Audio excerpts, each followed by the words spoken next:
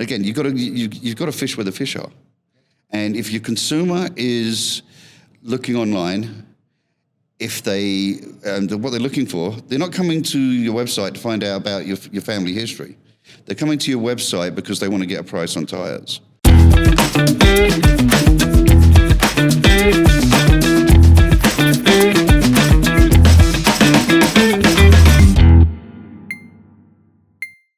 Hello and welcome everyone to another special episode of the Auto Tech Show, coming to you from Las Vegas at the 2024 SEMA Auto Show. As you can see behind us at the West Hall here, it's a busy start to the day, an exciting morning for us as we're set to discuss how traditional tire sales is changing for one that balances digital innovation and seamless in-store solutions.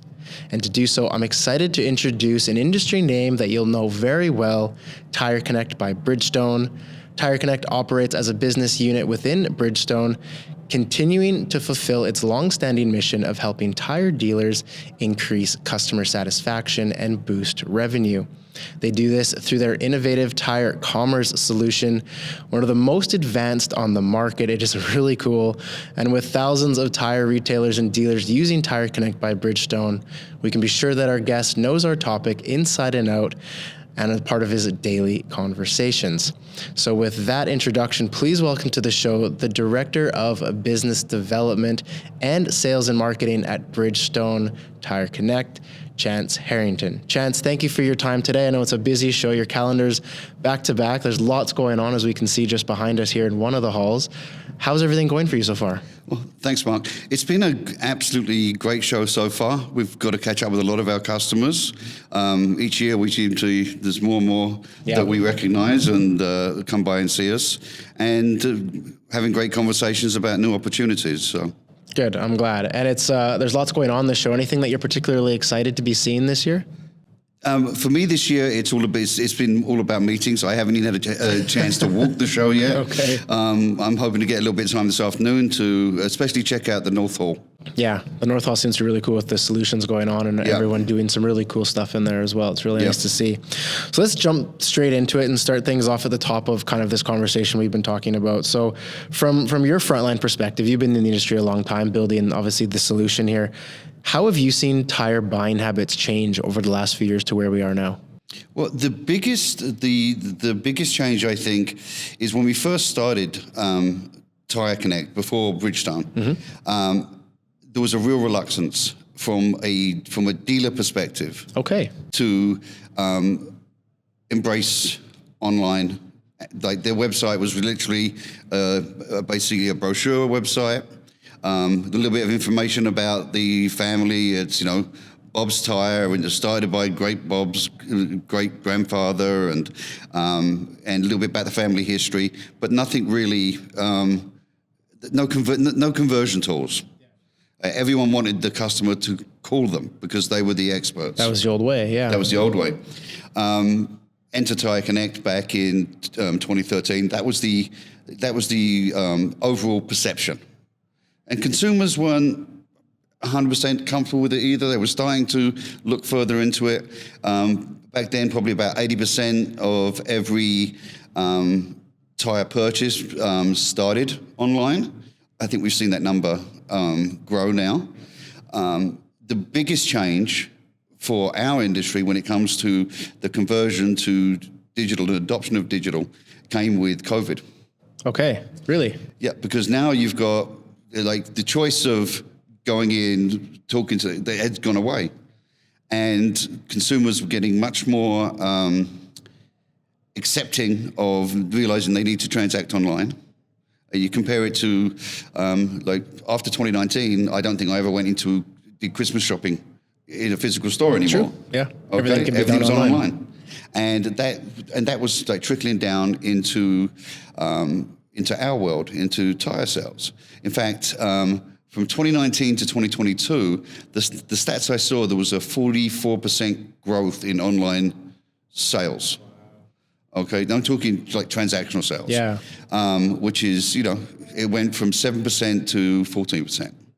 Okay, yeah, no, sorry, 9% to 14%. So there was that adoption. Dealers realizing, well, if they want a piece of that pie, they've got to get in the kitchen themselves and start cooking. So that really did sort of, is the hockey stick effect. So we've seen, and I mean, while it's, it's still not going at that same rate, it's still trending upwards. And with the, again, you've got to fish where the fish are. And if your consumer is looking online, if they, what they're looking for, they're not coming to your website to find out about your family history. They're coming to your website because they want to get a price on tires. And what we're seeing is it's over 60%, actually it might be even over 65%. If there's no pricing online from a consumer perspective, they're going to go to another website.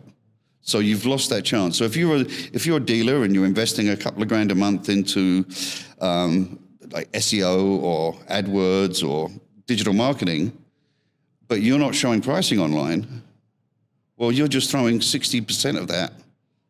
You're abandoning it, yeah. Yeah, you're abandoning it. You're just like it's a losing proposition. So more and more dealers are understanding that. So we're seeing a big upward trend on the retail side of things. We're also seeing, and then that kind of overlaps into in-store as well. So, because don't want to confuse with the fact that online is replacing bricks and mortar. Of course, yeah, there will always be both. Yeah, and even from an online perspective, you've got some what we call pure play players, like the Simple Tires out there, the Tire Racks, and they'll always be there. And we partner with them, and many of there's customers out there that are always going to be in that marketplace where they want the tires delivered. They know who they want to install it. But the majority, it's a clicks to bricks scenario. Like the idea is they go online, they do their research, they pay a deposit or pay in full, and then go and book an appointment and have it installed. And that's where we're seeing the trend go. It's funny you say that way, because it's exactly what I just did. I just purchased it, and not even to like butter you up, but I just purchased new Bridgestones for my car for winter tires, the Blizzaks, and a great tire. But I started my research online, started reading about the tire, found the tire I want. Now I'm going, okay, where do I get this tire? And where I'm at, delivering them would be a bit of a hassle because I needed rims as well and getting everything balanced properly. So, okay, so where can I have these brought to so that they're put on properly and my family's going to be safe in them? But that's exactly kind of that hybrid process that I followed, where if I didn't see pricing online, I would go to the next site. And if I didn't see a full suite online of solutions from that provider, then I would go to the next person. Exactly. So having everything plugged in, you have to be there to play. Yeah. Well, that's the same with Tire Connect. We started with tires. That was our, where the concept came from. My business partner, George, tried to find tires for his wife. Went half a dozen phone calls, no callbacks, took forever. And coming from a digital background, he said there has to be a better way to do this. And that's how Tire Connect was born. And but we've taken that just the scenarios described, that package scenario, where not everyone's going to want to buy rims, but if they do, they want to make sure that the rims they buy, it's very much an emotional decision. They want to make sure those rims are what they want, and then find the appropriate tire they need, and have trust that it's going to be the proper tire, and you're not dealing with and that it's going to be in stock. Yeah. See, because good point. Yeah. When the approach we took with tires, and we've now extended that to wheels and rims, is that the ability to offer a product that you may not necessarily have in stock to the consumer, knowing that that's actually available. Because it used to be, a dealer will always sell what they have in stock first. However, they may not have that much space to stock a lot of tires. So the way Tire Connect works, and now with wheels as well, is when a customer does a search online, it doesn't just search that dealer's inventory, it searches all of the inventory that dealer is connected to, specific to them. So they can get it brought in. Okay, so, and it will have like available today if it's in stock, or if they have multiple deliveries. Yep. Daily, which is many of the wholesalers are offering now. So when your customer shops, they know what they've selected is available, and the same thing with rims. If they see a set of rims on dealer's website using Tire Connect, that rims physically exist somewhere. Yeah. But you can have access to that information and see it. So you make an informed decision and your expectations are realistic. Yeah, I mean, nothing worse than deciding, these are the wheels I want. Emotional decision, oh, these look sexy, I love them. And then you speak to the shop and going, yeah, that was 2023's catalog, unfortunately. Yeah, those are no longer available. And that's like, it's kind of being catfished, right? And you may even lose the tire sale at that point. Yeah, just out of frustration. Yeah, so that's what it's all about.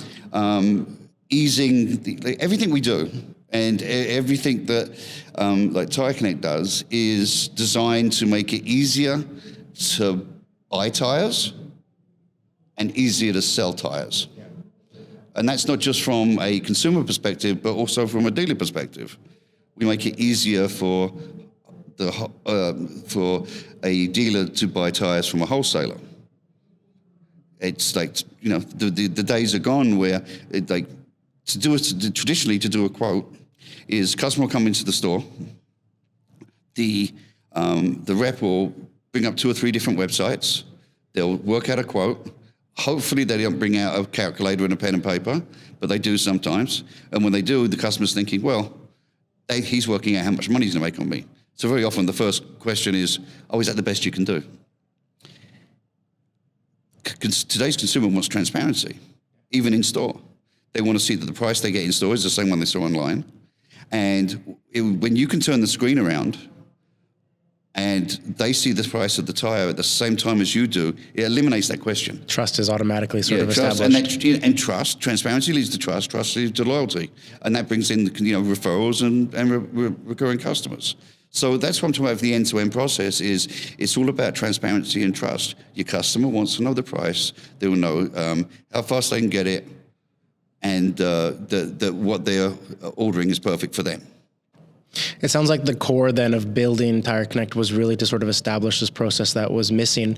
Were there adjustments and learning as you sort of were helping to reshape how expectations were managed and how people bought tires? Were there specific examples or specific things that you remember having to adjust and shift?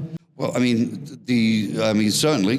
Again, that whole perception, not just from a consumer perspective, but from the dealer perspective, they were scared to put their prices online. They were scared of competition. Like, well, my competition's going to see it. Yeah, they are. But if you have the price online, they're going to see it online. They're not going to bother calling you, pretending to be a customer to find out how much it is. Right? So, everything that we do, they always did, except we found a way to economize the time that is spent doing it. Instead of spending 10 minutes on a quote, it takes a minute. Right? And it's the same from a wholesale perspective, same from a B2B perspective. It's about saving time, making the whole process more efficient. Going to that in-store experience, you mentioned that example there of being able to establish trust by simply turning the screen around and other many examples like that, I'm sure. Based on tire purchasing habits and behaviors that you're seeing, that in-store experience, just how important is that to have optimized with all the other solutions, having that full funnel effect to bring it to that in-store experience? Well, from an in-store perspective, there's that first piece we said, that creation of trust. Yep. There's also a fairly large turnover in the industry of like counter staff and things like that. So that can be problematic. Very often, because of the amount of research done by the consumer, they may be as knowledgeable or more than the guy or girl behind the counter. So that changes things a little bit. It becomes it's a different sell. You're not selling them anymore. You're informing. You're basically providing what they're asking for. Right? Now sometimes you have to re-steer them because that old term, the customer's always right, doesn't always apply to tires. All they have to do is if they're driving a Honda CRV and it's an L and not an LS, it's all of a sudden different fitment. So I'm not saying you have to, you need the advisor. The advisor still has to be a big part of that conversation. Yeah. But if the customer wants to do research and the customer wants to pull the trigger, you've got to give them the ability to do so. Yeah, and it's exactly the process I went through as well, because I found the tire I want based on, and we have to have winter tires in Austria by law, so I knew I needed a specific tire, and I wanted something that was good in the wet because we're mostly wet, and I have an electric vehicle, so I wanted something that wasn't big rolling resistance and got decent economy for a winter tire, but then also could handle snow. So I was looking at all these elements and seeing how everything rates on the scale, so I knew what tire I wanted. For me, it was finding who could provide that with the matching rim that wasn't just a Steely or something like this. So I knew what I wanted, but I wanted that trust from somebody that it was gonna fit and that it was gonna be proper and it was gonna be done correctly. I wanted that assurance from a service technician or from a tire technician. And that's what brought me to that in-store experience. I wasn't confident enough to just do that online. So I needed that in-store experience to have that sort of double check, that backup assurance. You understand the tire business from an online perspective is different than many other. I mean, you're ordering something from Amazon, like it comes up, you use it, it's not a problem. With a set of tires, most people are not going to install those tires themselves. Yeah. So they have to come back to a bricks and mortar. So that's why I say clicks to bricks. The goal is, from our retail perspective, is to bring that customer online, have them comfortable with you, know the product is what you need and it's available, and then bring them into the store. Okay, and that's the focus. We do work with, again, a couple of pure plays, but those are few and far between, because just to do that bulk selling online, it's huge. Budget is required from a marketing perspective and getting your name out there. You're way behind the Tire Racks of the world. But the real value drives bringing those customers into your store. Yeah, 100%. And if you're the person taking the wheels off, you're the one getting the brake job, and the calipers and alignment and everything else. So yeah, those are the real money makers for dealers. The tires absolutely are the core that can bring that customer and establish that trust. Where I read somewhere, tires are the new oil change in terms of having that core business unit. But then you get all those extra services on top of it, so it's easy money. Oh, absolutely. And we're seeing a transition in our customer base. I mean, we've still got the retailers like the tire, but we're seeing a lot of non-tire-centric operations investing in tires. It's future-proofing. Yeah. Like if you were a Mr. Muffler or a muffler guy. A Midas or someone like this. Yeah. And their customer sales as well. You've got to be able to say, well, what's going to, as we move to EV, they still need rubber on those rims. More than before. Yeah, more than before. So we're starting to see that transition. We have quick lube chains using Tire Connect and using platforms like ours. There is a real big transition, and so there's a new market for tires. Yeah. We've worked with quite a few organizations like a chain of 50 stores that specialize just in brakes have now doubled down on tires. Because they know it's part of their business in the future. And future proofing is something I want to discuss later on. I'm glad you brought that up. Before we get there, I want to bring up the term real time, because I think having real-time information is also a key. I mean, you touched on it earlier, knowing something's in stock, having that realistic expectation. When we talk about real-time data management, real-time inventory management, is this something that's going to become even more important in the next years? Procurement has overtaken retail as far as our customers. Wow. Okay. Like we start working with, a general retailer or even fleets. Mm-hmm. Yeah, great topic. Okay, so fleets, for instance, here's a good example. A fleet wants to have to replace tires on a regular basis. They do the work themselves, and they have to find tires. Tires can be it's an expensive part, and if they can save $10 on a tire because they've got a good way to compare, that's over a course of a year, that's a lot of money saved, and that brings the operating cost down and everything. But they also need to find where that tire is. So the way with procurement works is the way it traditionally worked was you'd log on to one wholesaler and you see what they have. You log on to the second wholesaler, see what you have, third and fourth, etc. With a procurement tool like ours, the advisor or the mechanic or everything else, they do a single search. It it searches across every supplier they have, maybe 2 or 3, maybe 10. And that brings back, it's through an API, so it's real live inventory. It's completely integrated. We also integrate with their point of sale. So that brings in, so we see what they have on hand. So that enables things like auto replenishment. So if you have someone stocking tires, and especially if you're in, it's something that, a snow belt, when you've got that seasonality, and you need to make sure that you've got, certain sizes that are winter tires, and you need to have a solid volume. Well, before you were like searching here, like they may have 5 of them, someone else has 6 or whatever.